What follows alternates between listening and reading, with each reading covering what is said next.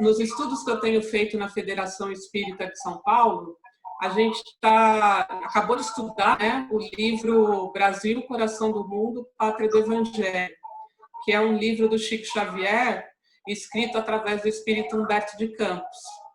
E nesse livro é contada a história do plano espiritual para o Brasil. Então, falando como é que foi na época do descobrimento, todo o projeto que foi pensado no plano espiritual para o Brasil. E num determinado capítulo, eles falam que Ismael, né, que era o mentor da Falange do Bem, do plano espiritual, ele resolve fazer um plano de cura aqui no Brasil. E nessa cura, eles resolvem fazer através da homeopatia.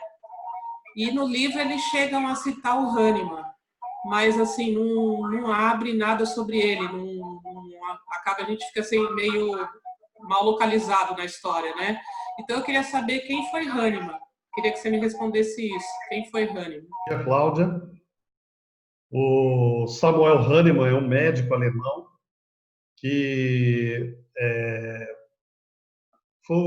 é considerado o criador da homeopatia, porque ele conseguiu, na época dele, fazer um entendimento de uma série de questões filosóficas e práticas que fizeram surgir uma nova medicina. Então, a homeopatia, ela é uma medicina em si, porque ela tem um corpo filosófico doutrinário, uma metodologia, uma ciência, um corpo de medicamentos próprios, né?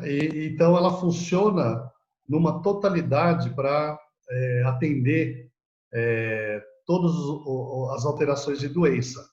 Então, o Hahnemann ele nasce em 1755, numa cidade chamada Meissen, na Alemanha, e a 10 de abril, né? Então, até 10 de abril é considerado um dia de homenagem para o mestre de Meissen, como ele é chamado. E o Hahnemann, ele nasceu numa família de pintores de porcelana. O pai dele pintava aquelas porcelanas lindas que tem naquela região da Alemanha. E a expectativa é que o Hahnemann fosse um pintor de porcelana como o pai, né? Mas logo desde pequeno ele demonstrou a genialidade dele. Ele tinha muita facilidade para aprender línguas. Ele era muito culto. Então o príncipe da região, vendo aquele menino, falou: não, esse menino aqui, ele não vai ser pintor. Ele vai desenvolver, vai estudar. E o pai tinha uma expectativa, então, que ele se tornasse rico e fosse ser comerciante. Só que o Hahnemann despertou para esse lado da cura e da medicina desde muito cedo. E só uma elite fazia a medicina. E, inicialmente, então, esse príncipe banca os estudos de Hahnemann. Então, ele tem uma trajetória já como se fosse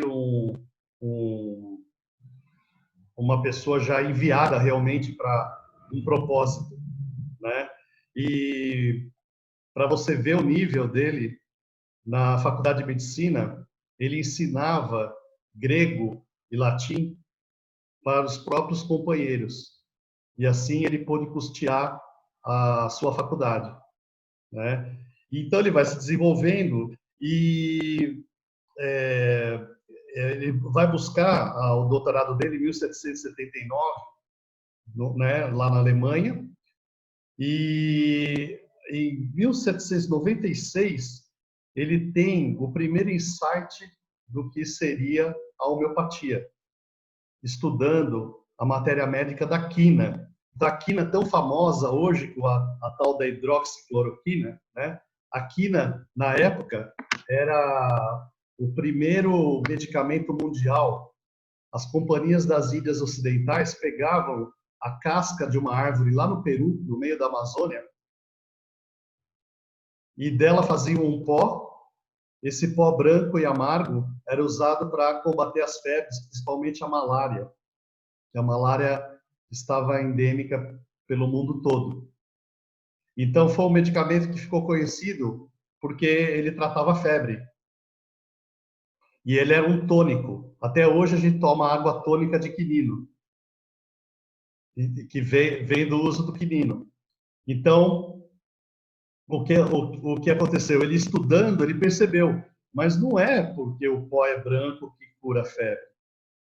Mas não é porque o pó é amargo que cura a febre, que eram as teorias da época, a medicina teórica.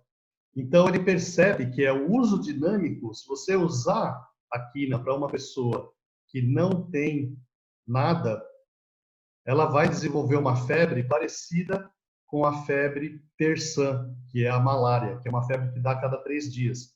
Então, ele relacionou aquele princípio hipocrático, os semelhantes que se curam pelos semelhantes. Ele falou, nossa, aí está o princípio de cura de Hipócrates, similia similibus curentur.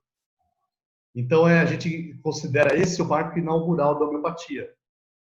E quase que a vida do Hahnemann se confunde com o desenvolvimento da homeopatia. Por isso que é muito importante, e nós vamos ter que voltar num outro dia para esse tema, né? Porque contar um pouco da vida do Hahnemann é contar um pouco dos fundamentos da medicina homeopática.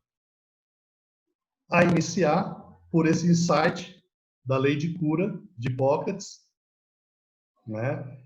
E a aplicação prática do quinino e a descoberta que ele produz efeitos dinâmicos no organismo são. E desde o início, então, o que o Hahnemann tenta? Dar mínimas doses. Porque ele sabia que se ele desse muita dose, ele ia intoxicar.